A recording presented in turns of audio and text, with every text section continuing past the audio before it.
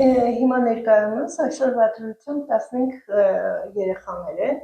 8 տարեկանից մինչև 11-12 տարեկան,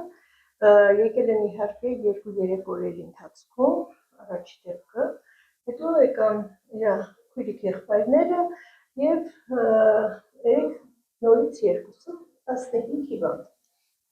Փսխումներ են ունեցել երեխաները, ոչ բոլորը իհարկե, բայց մեծամասնություն ունեցել են այդ փսխում, փորացավեր, փորլուծություն, ջերմություն են ունեցել մի մասը, բավականին բարձր թույլ են զգացել, ինքնազգացողությունը վատ է եղել, դիմել են ուրեմն ինֆեկցիոն բաժան։ Առաջի պացիենտը շտապ օգնությամբ է եկել, որովհետև իրենք դիմել էին շտապ օգնություն և տեղափոխվել են մեր մոտ։ Հիմա երեխաների վիճակը այսօրվա դրությամբ բավականին ակտիվ է, բավականին լավ են երեխաները, դրական դինամիկայով են, ստանում են համապատասխան բուժում։ Ես մտածում եմ, որ այստեղ բակտերիալ աղիքային ինֆեկցիա է գնում, բայց պիտի սպասենք լաբորատոր անալիզների պատասխանները։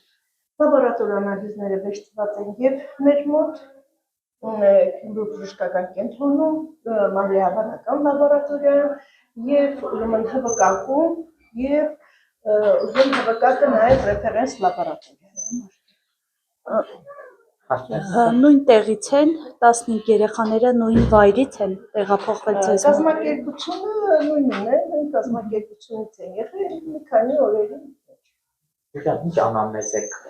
հավաքել, ինչ անամնեզ ունեք, ինչ են օգտագործել, ինչ են խմել, ինչ եք եղել։ Գիտեք ինչ, բազմապիսի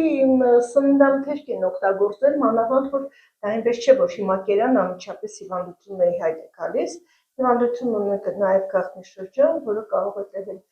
2-4 ժամից մինչև իսկ 2-3 օր։ Այնպես որ այդ ընթացքում տարբեր սննդամթերք են օգտագործել, դա երևի ՀՎԿ-ի հետ պարզեք, որովհետև իրենք են հիմնականում այդ հետազոտությունները անել և դա